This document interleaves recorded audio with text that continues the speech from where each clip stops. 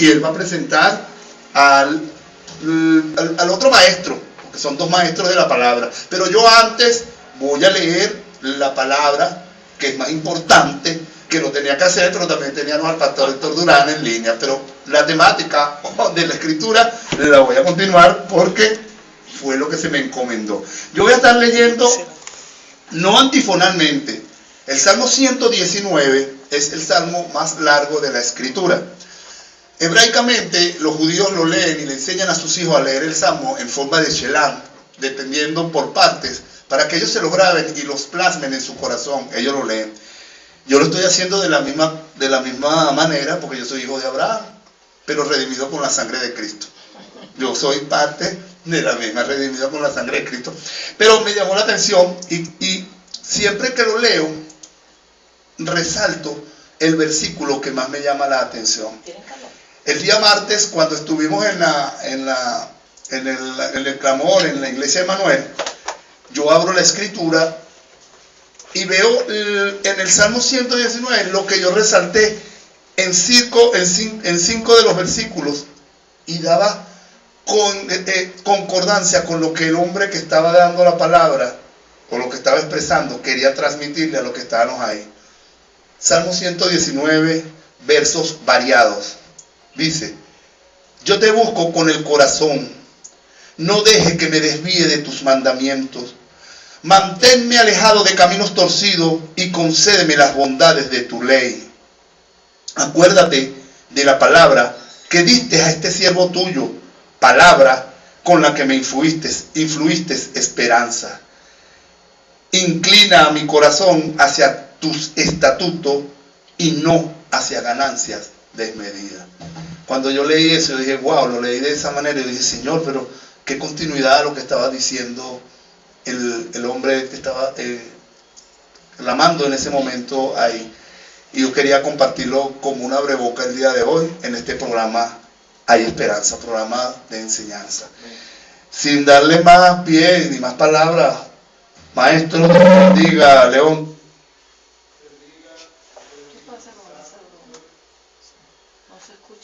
Buenas noches, mis hermanos amados, gracias, un gozo, un honor, un privilegio poder estar hoy nuevamente compartiendo acá de la palabra de Dios, de lo que nos da vida, lo que nos edifica.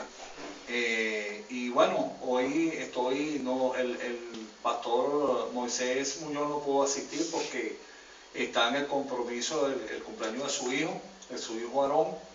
Pero estoy con el maestro también de la palabra, José Rivero, y estamos hoy, bueno, acá nuevamente para dar un mensaje de reforma y para aclarar pues algunas cosas que tenemos que fundamentar correctamente sobre principios que de una u otra manera nos alejaron, como estábamos hablando la semana anterior, de esas 5 solas de la reforma, de la sola escritura, la sola fe, la sola gracia, el solo Cristo y el solo Dios la gloria. Entonces, y volver, o sea, reforma es volver al original, a lo que realmente la palabra nos quiso transmitir en su sentir original. Maestra, no sé si... ¿Querías agregar algo? Sí, bueno, a saludar a la audiencia, chicos, primero que todo, porque tuve que... Tenemos bastante sintonía desde el Valle, Amén. Nuestra hermana Margarita, Isabel, en el monte de las Mayas también, Guaycopo, Mariche, Pila de Mariche, toda la audiencia. Sí, saludar a la audiencia, gracias por la oportunidad, José, porque entramos en la llamada con el pastor Héctor y no había yo entrado al programa. Pues estamos en vivo y aquí las cosas no tienen un protocolo directo, aquí las cosas se hacen de acuerdo al Espíritu Santo haga, porque Él es el dueño de este ministerio y de este programa y de nuestras vidas. Amén. Quiero saludar a la audiencia, darle gracias por sus oraciones, darle gracias por estar allí siempre siguiendo al Señor a través de este programa y a través de este ministerio. Darle gracias a ustedes por no seguirnos a nosotros, sigan al Señor Jesús. Nosotros simplemente somos instrumentos en las manos del Señor. Dios nos ha llamado, Él fue quien puso la fe en nosotros, fue quien nos dio la palabra, es quien nos enseña, quien nos instruye cada día. Y aquí estamos nosotros juntamente con el maestro José Rivero, el pastor Leoncio Montes de Oca, mi esposo José Gregorio, ministro de Dios Altísimo, y quienes habla también su hermana en Cristo y ministra de Dios Altísimo, Bárbara García de Pinto. Sí, bien es cierto, mi hermano Leoncio, estamos en un tiempo en el que ya la venida de Cristo está cerca. Amén. Eso no es como cuando 2000 años atrás se dijo que Cristo venía y la gente se ha muerto mucho. No, ahora es cierto que Cristo viene pronto. Quizás no lo vamos a ver nosotros, pero Cristo viene pronto. Es el tiempo. Y es necesario que nosotros aprendamos de la verdadera palabra de Dios, de la veracidad de la palabra de Dios. Porque no renegamos a lo que nos enseñaron en otro tiempo. Yo en lo personal y mi esposo tenemos muchos años en este camino, con altas y bajas, como dice él, con el Señor con un trabajo largo con nosotros, pero aquí estamos, ¿no? Y aprendimos muchas cosas mal aprendidas. Y no estamos renegando de aquellos hombres y mujeres ministros de Dios que tuvieron, en los cuales nosotros tuvimos en sus manos y que nos enseñaron cosas que aprendimos bien y cosas que aprendimos muy mal. Pero es el tiempo en que nosotros podamos darnos cuenta de la veracidad de las Escrituras y empecemos a recibir verdaderamente la interpretación de las Escrituras tal y como el Señor quiere que se haga, como bien lo decía anteriormente en mi participación en la llamada con el pastor Héctor. Entonces creo, pastor Leoncio, que usted es uno de esos hombres que Dios ha llamado para eso, para reformar. ¿Qué es reformar? Como bien lo explicaba el maestro y pastor Moisés la semana pasada, es volver a formar. ¿Ok? Lo que se formó pero quedó torcido, con algunos errores, con algunas imperfecciones. Entonces nosotros estamos aquí, usted está invitado acá, igual que el maestro Rivero, para poder dar a conocer parte de esa etimología de las Escrituras, de esa veracidad de la palabra, que muchos de nosotros pues ignoramos, reconociendo, nuevamente digo, a los ministros que enseñan sobre el tema que estamos trabajando, sin dejar de honrarlos, sin dejar de reconocerlos. Hay enseñanzas que, así como se le enseñaron a ellos, ellos no las enseñaron a nosotros. Y ese es el problema, ese ha sido el problema. Que vamos llevando a cuesta las enseñanzas deformadas. Y es tiempo, no solo de usted, pastor Leoncio, sino ni de Rivero, ni de José Gregorio, ni del pastor Héctor, que está en sintonía, y de todos los ministros que están en sintonía, y de los hermanos, las ovejas que están en sintonía. Somos nosotros los responsables. Estamos llamados a eso, a reformar la palabra, y en este tiempo, ya, en esta dispensación en que Cristo está a la puerta, nosotros poder, o el arrebatamiento está a la puerta, nosotros poder dar a conocer la veracidad de las palabras y poder sacar a muchas personas del error. Yo les invito a todos los que están en audiencia a abrir su corazón, como dije anteriormente, quebrantado, en humildad, a recibir esta palabra. Y lo que a usted no le parezca, usted lo anota, sigue investigando, ore por mi hermano pastor Leoncio, no lo señale, no lo juzgue, de igual manera el maestro José Rivero, no lo señale, no lo juzgue, ore por él, anote, haga como hago yo, anoto y después investigo. Y si no me cuadra, llamo al que lo digo, venga acá, explícame eso, porque no entendí. Enséñame y sácame del error, porque yo no me quedo con esa, así haga usted. Así que les invito pues a recibir de parte de Dios. El hermano José Rivero, tiene los micrófonos, son suyos. Bueno, buenas noches, que Dios le bendiga a toda la audiencia. Primeramente eso, ¿verdad? Mi nombre es José Rivero, soy parte del Ministerio Apostólico Reino de Jesús, mi pastor Ángel Muñoz, ¿verdad? Ángel Moisés Muñoz. Y bueno, estoy aquí a disposición, ¿verdad? A respaldar al pastor Leoncio en cuanto a la enseñanza, ¿verdad? Como maestro también que fui llamado a esto que me metió el Señor, porque yo jamás en mi vida pensé que yo iba a hacer esto, porque yo no sé, yo simplemente, Él llegó a mi vida y me metió en esto, y bueno, Él es el que nos ha respaldado, nos ha formado, y bueno, yo con la mayor humildad, con el mayor respeto hacia el criterio de cada uno, simplemente le pido por favor, dejemos a un lado nuestro criterio y estemos atentos al oído, un oído atento, y escuchemos. Después busquemos en las escrituras qué de cierto es o qué no es. Hagamos como lo de Berea. Escudriñemos, filtremos todo por las escrituras. Nada de lógica, nada nada humano. Todo tiene que estar dirigido primeramente por el Espíritu Santo, y lo podemos filtrar por allí mismo, por la misma palabra. ¿Okay? Así que los invito, ¿verdad?, a que estén atentos a esta enseñanza, porque créanme que como maestro, cuando el Señor me metió en esto de la enseñanza, wow, no sabía que había tanto tiempo de desconocimiento, pastora. Más de 19 siglos llevamos nosotros de desconocimiento. Sí, señor. ¿Ah? A medida que he ido aprendiendo y que estoy aprendiendo todos los días, ¿verdad? Yo aprendo todos los días, aprendo con mis alumnos, ¿verdad? Y tengo frente a mí personas, profesores, pastores, evangelistas, frente a mí, aprendiendo, o sea, escuchando lo que sale de mi boca, y que también recibí por gracia. Oye, no sé, yo no sé por qué el Señor me escogió para esto, no sé, no veo en mi persona, ¿verdad?, el por qué yo estoy aquí haciendo esto. Y bueno, así lo tratamos de hacer, pero saber que hay más de 19 siglos de desconocimiento, wow, eso quiere decir que hay un abismo en cuanto a realidad y conocimiento. Mucho, hay mucho. Estamos muy separados de muchas realidades.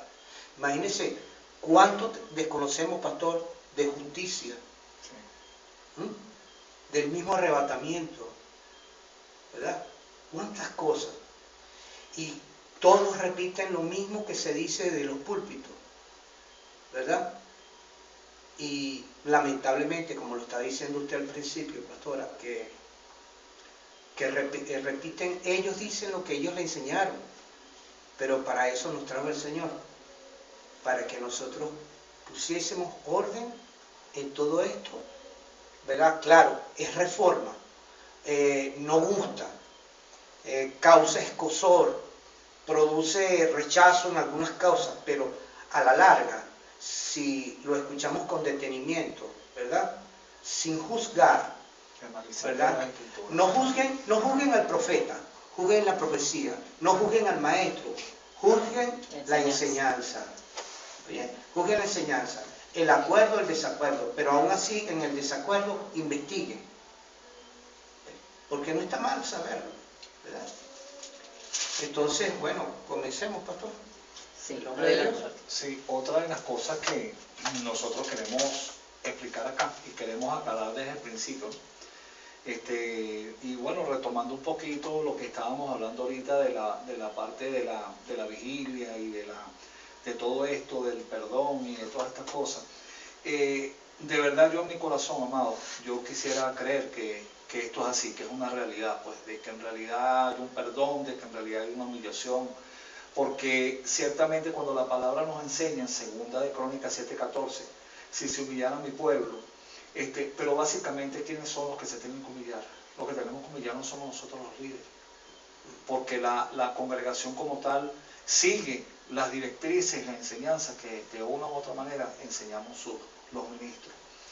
Entonces, esto es importante, ¿no?, que en realidad haya un perdón. El perdón no solamente es de la boca para afuera o hacer un acto, pero muchas veces se han hecho cosas así, y tenemos que ver en realidad que Dios en realidad ve, que es el que ve los corazones y ve los sentimientos, en realidad diga, oye, sí es verdad, de verdad sí, hay un mover, hay una humillación, porque como estábamos diciendo y estaba explicando usted ahorita, maestro, que la flagelación como tal, el desmenuzarnos, y hoy aprendí, porque el Señor sobre el tema que me dio esta mañana para predicar en la iglesia, Él me estaba mostrando que el sufrimiento en nosotros no es signo de nada.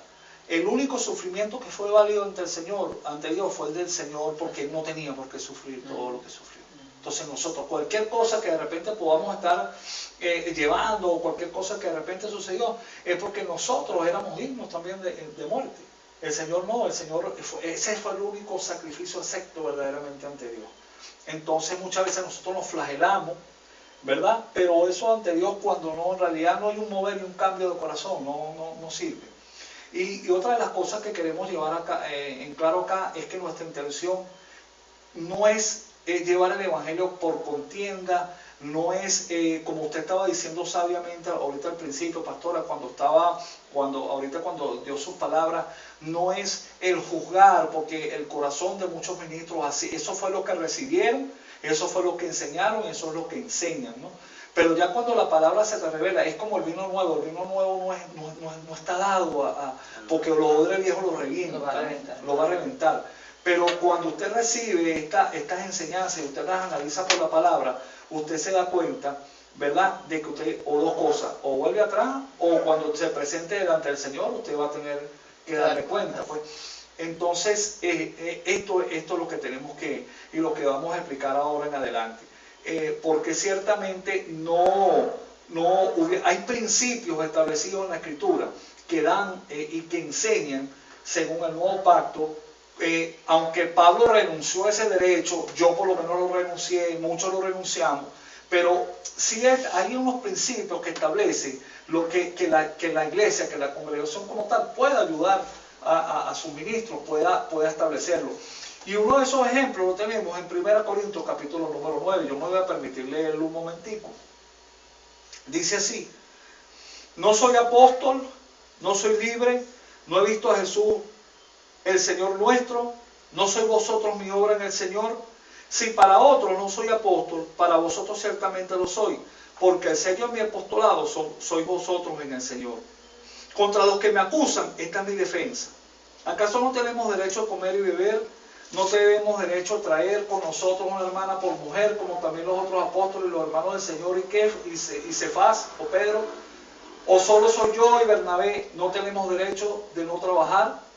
¿Quién fue jamás soldado a sus propias expensas? ¿Quién planta viña y no come de su fruto? ¿O quien apacienta rebaño y no toma de la leche de rebaño? Digo esto solo como hombre. ¿No dice también la ley? Estaba hablando de la ley, ¿verdad? Pero sigue diciendo: porque en la ley de Moisés está escrito, no pondrás gozar al buey que trille. Dios tiene cuidado de los bueyes, o lo dice enteramente por nosotros. Pues por nosotros se escribió, porque con esperanza debe dar el que ara, y el que trilla con esperanza de recibir fruto. Si nosotros sembramos entre vosotros lo espiritual, es gran cosa si segáramos de vosotros lo material. Si otros participan de este derecho sobre vosotros, ¿cuánto más nosotros? Pero no hemos usado este derecho, sino que lo soportamos todo por no poner ningún obstáculo al Evangelio de Cristo, como se ha hecho hoy lamentablemente en muchas partes.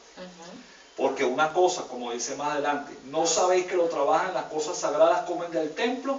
Y los que sirven del altar participan. Así también ordenó el Señor, que los que anuncien el Evangelio vivan del Evangelio, no de los evangélicos. Una cosa es vivir del Evangelio, otra cosa es vivir de los evangélicos. Sí, pero yo de nada de esto me he aprovechado, ni tampoco he escrito esto para que se haga así conmigo, porque prefiero morir antes de que nadie desvanezca en esta mi gloria. Pero ¿dónde habla aquí de bien? ¿Dónde habla aquí de primicias? ¿Dónde habla de pactos? ¿Dónde habla de esto? No habla de esto. De hecho, también la palabra nos enseña, creo que es Pablo, cuando dice que el que instruya, el que es instruido, haga partícipe al que lo instruye de toda buena obra. O sea, un acto de agradecimiento, de honrarlo, de si está en alguna necesidad, ayudarlo. También esto tiene que ver el principio del doble honor, ¿sabe? Cuando dice mayormente a los que enseñan, el doble honor, del honor deriva la palabra honorario. Pero estas cosas es lo que debe enseñar la iglesia en estos tiempos, y no estar atado a la ley, porque es como Pablo lo enseña en Gálatas: si tú quieres cumplir algo de la ley, tienes que cumplirlo todo, porque si no, estás atando a un pueblo a maldición. Aunque sabemos y entendemos que no podemos ser malditos, pero hay un principio que estableció el Señor, amados hermanos, y esto es sumamente importante y que casi nadie lo enseña, y esto no se toca. que es cuando el Señor, yo quiero por favor que ustedes vayan conmigo, vamos a ir a Mateo, a la versión del Evangelio de Cristo, en la versión de Mateo, capítulo número 17. En el versículo 24 nos dice: cuando llegaron a Capernaum, vieron a Pedro, los que cobraban las 2 dracmas, y le dijeron: ¿vuestro maestro no paga las 2 dracmas? Él dijo: sí. Y al entrar él en la casa, Jesús le habló primero diciendo: ¿qué te parece, Simón?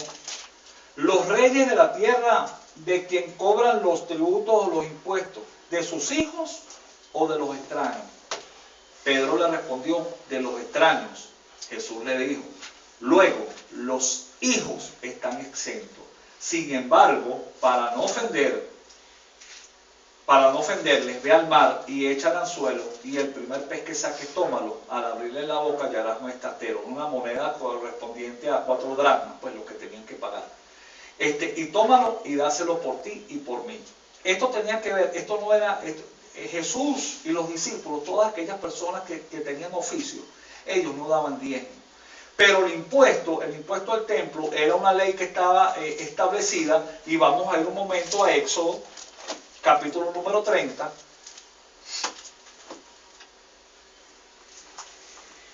Y vamos a tomar el versículo número 11 en adelante. Dice: y habló también Jehová a Moisés diciendo: cuando tomes el número de los hijos de Israel conforme a la cuenta de ellos, cada uno dará a Jehová el rescate de su persona. Cuando los cuente, para que no haya en ellos mortandad, cuando lo hayas contado. Esto dará todo aquel que sea contado, medio ciclo conforme al ciclo del santuario. El ciclo es de 20 jeras. La mitad de un ciclo será la ofrenda a Jehová. Todo el que sea contado de 20 años arriba dará esa ofrenda a Jehová. O sea, eso es una ley, estaba establecido. Pero ¿qué era lo que le estaba enseñando el Señor a Pedro allí? Pedro, nosotros somos hijos. Nosotros estamos exentos de dar. ¿Te acuerdas lo que explicó la semana pasada el pastor Moisés con la revelación del lugar santísimo? Eso fue tremendo, hermano. Porque entonces nosotros mismos estamos profanando ese lugar santísimo, porque nosotros somos parte, nosotros somos el templo de Dios. Amén. Entonces, ¿a quién le vamos a dar de eso? Entonces, ¿qué tenemos que enseñar, hermanos? Conforme a la Escritura, conforme verdaderamente a la palabra de Dios. No podemos seguir mezclando pactos, porque eso crea una apostasía. Apostasía es salirse de lo que está establecido realmente en la enseñanza. Entonces tenemos que comenzar por allí, tenemos que comenzar formando las cosas, reformando y enseñando correctamente. Pero el pueblo de Dios como tal, la única obligación que tiene es de ayudar a sus miembros, inclusive a sus ministros, claro, pero ayudar a sus miembros entre todos en las necesidades que habían, como lo explica Pablo, en la ofrenda a los santos. Pastora, no sé si quiere dar algo. No, sigue usted. Bueno, en cuanto a pacto también es una forma que se adopta hoy, ahora, se ha adoptado por un tiempo hasta acá. ¿Cómo le digo? Eso es tomado, no de las escrituras propiamente, sino de las mismas enseñanzas que traemos nosotros y que están metidas en la iglesia en cuanto al catolicismo que nosotros tenemos. ¿Ok?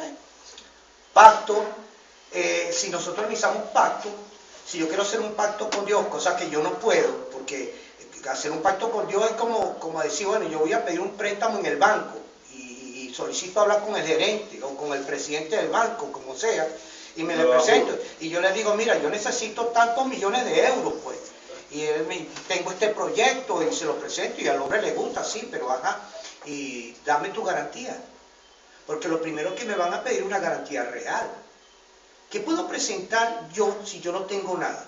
Tengo que tener una garantía real, un edificio, algo que sea que verdaderamente por lo menos cubra el 75% en cuanto al monto de lo que estoy pidiendo. ¿Verdad? Ok. Como no lo tengo, ¿qué es lo que me van a decir? Que no. Si yo me le presento a Dios y le planteo lo mismo, Él me va a decir a mí, me puede preguntar a mí, ajá, ok, tú vas a pactar conmigo, ¿qué quieres? Yo, bueno, yo quiero que tú me des esto, ajá, pero es un pacto, estamos hablando algo, estoy hablando del Dios, ese que es banquero, que es prestamista, de paso. Sí, para algunos. ¿Ok? Porque de esa manera fue que se tomó, ¿verdad?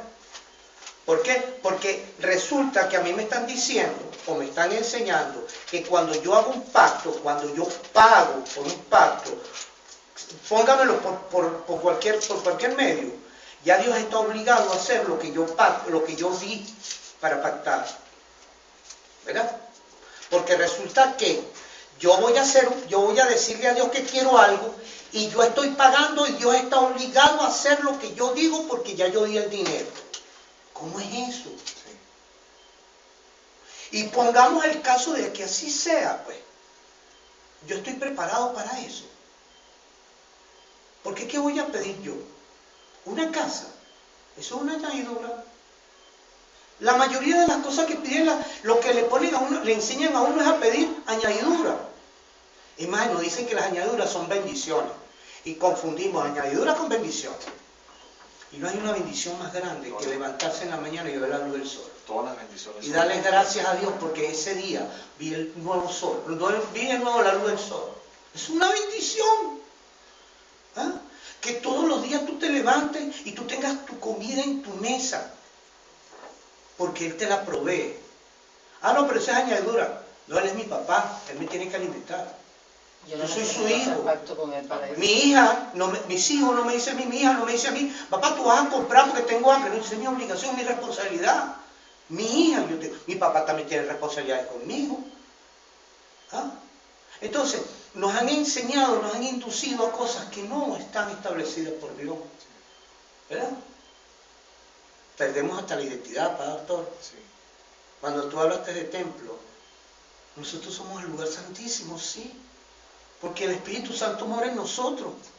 Y cambiamos nuestra identidad por cosas que, o sea, por enseñanza errónea. ¿Verdad? Porque todo es material, todo está encuadrado, enmarcado en algo que no fue lo que Dios nos trata de enseñar. Mi hermana, usted es mi hermana. Usted es mi hermana de sangre. ¿Por qué? Porque la misma sangre que se derramó por ti se derramó por mí, por lo tanto somos de la misma sangre. Salimos de la misma simiente. De la misma simiente. Somos hermanos, ¿verdad? Somos hijos de Dios. Nada más que decir que somos hijos de Dios, eso no lo hemos entendido. Sí, ¿Cómo vamos a entender que somos templo y morada del Dios vivo? ¿Cómo podemos entender eso después? Si no hay quien me lo enseñe, como el eunuco, si no tengo quien me enseñe, ¿cómo lo voy a entender? Lo puedo leer, porque el 80% de la Biblia es literal, ¿verdad? El 20% ¿cuánto es? Es alegórico. Sí. Y cómo tengo que espiritualizar todo y le cambio o sea, yo lo que hago es distorsionar las escrituras para poder dar a entender lo que yo en mi naturaleza humana quiero enseñarle a los demás. No. Yo no puedo pactar con Dios porque yo no tengo nada. Primero, la vida que tengo no es mía, me la dio Él. El aliento de vida, el espíritu de vida salió de Él. Yo no puedo crecer si yo quiero. O sea, no hay nada de lo que yo diga que tengo, que es mío, que le puedo ofrecer yo a Él a cambio. Lo único que yo tengo, pastor, lo único que yo tengo, ¿verdad? Que yo le puedo ofrecer a Dios y no me lo enseñan, es a invertir correctamente mi tiempo. El tiempo que yo tengo de vida, el tiempo que voy a vivir yo en esta tierra, y cuando digo tierra es en mi carne, en mi cuerpo, ¿verdad? Es lo que yo tengo que saber administrar, ¿ok? Porque tengo que administrar ese tiempo que sí es mío, porque cada segundo que pase se perdió, ya pasó. Sí, y tengo que administrarlo como buen mayordomo que tengo que ser, porque eso es mayordomía. Administrar lo que Él nos entregó. Y si Él me entregó a mí el trabajo, ahorita de maestro, tengo que ser buen administrador en cuanto a lo que Él me entregó a hacer, a investigar, a prepararme, a aprender, a seguir adelante, para ofrecer un conocimiento a aquellas personas que también la necesitan.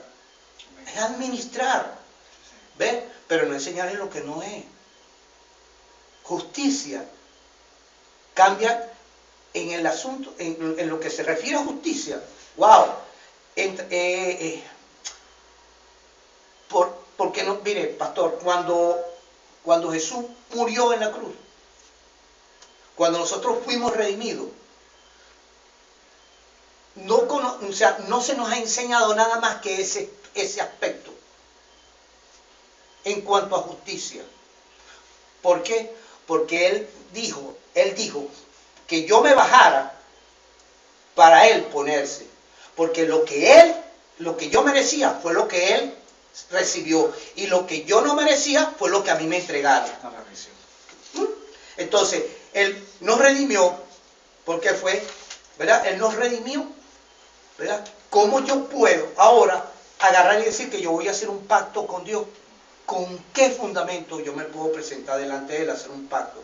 Lo que a lo mejor puedo hacer es un convenio, ¿verdad? Un convenio, sí, ¿verdad?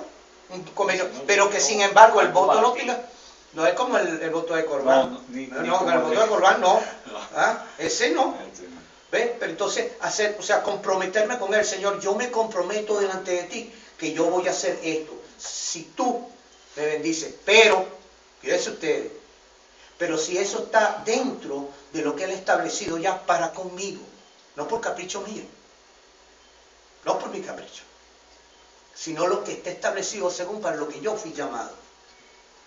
Porque si el Señor me llamó a ser maestro, yo le puedo decir, Señor, yo necesito que tú me des todas las herramientas. Si tú me ayudas, si tú permites que yo tenga todas las herramientas para enseñar todas, entonces yo voy a ser mejor. Yo voy a tratar de hacer las cosas lo mejor posible. Me voy a equivocar menos. Por favor, ayúdame. Eso está dentro del propósito de Dios, de lo que yo estoy establecido. Ah, no, Señor, yo quiero un avión porque tengo que viajar por todo el mundo. ¿Y qué tiene que ver eso con lo que me llamó? O sea, distorsión totalmente lo que Dios ha establecido. Y entonces, ahí yo no puedo hacer ningún voto con Él. O sea, porque todo tiene que tener un orden. Le hemos dado tanto materialismo a las cuestiones de la iglesia que usted hace una encuesta, más. Usted hace una encuesta y usted va a una iglesia, usted le pasa a la congregación una hoja en blanco y le dice, escríbanme 3 bendiciones aquí, y más del 90% te van a escribir una casa, un carro, y no sé, un trabajo. Bienes materiales. Y no nos hemos dado cuenta que Efesios nos enseña que nuestras bendiciones son espirituales. Entonces, y otra cosa, antes de subir a la música, otra cosa que tenemos que entender, como estabas diciendo tú esta mañana, maestro, cuando se comienza una estructura desde abajo y hay 1 centímetro desviado, imagínate ese edificio a 20 metros, a 20 pisos, de aquella arriba, cuánto se distorsionó, cuánto fue su desnivel. El diezmo fue introducido en la iglesia cristiana, en la iglesia católica, en el siglo IV por Agustín de Hipona en el concilio de Mâcon en Toulouse, Francia, cuando por primera vez se le comenzó a cobrar dinero al pueblo de Dios. Hoy por hoy, la misma iglesia católica abolió eso. ¿Ah? La misma iglesia católica. Los testigos de Jehová, que están equivocados en muchas de sus enseñanzas, están claros en esto. Los judíos, a los cuales fue establecido el diezmo, hoy el único diezmo que de vez en cuando practican, como lo dijimos el otro día, es el maserani, el diezmo a los pobres. Y nosotros seguimos todavía en esto. Y nos llamamos que tenemos la verdad. Entonces, es digno de reflexionar y de llamarnos a reforma.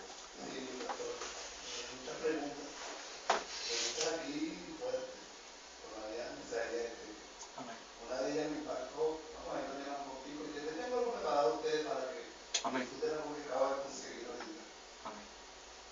¿Quiere decir que no tenemos que diezmar? Una de las preguntas. Otra de las preguntas, necesitamos que aclaren bien la parte del diezmo. Eso es lo que estamos. Pero eso lo vamos a hacer en el próximo segmento. Vamos a disfrutar de esta pequeña perlita que conseguí. Le llamo así porque me llamó mucho la atención y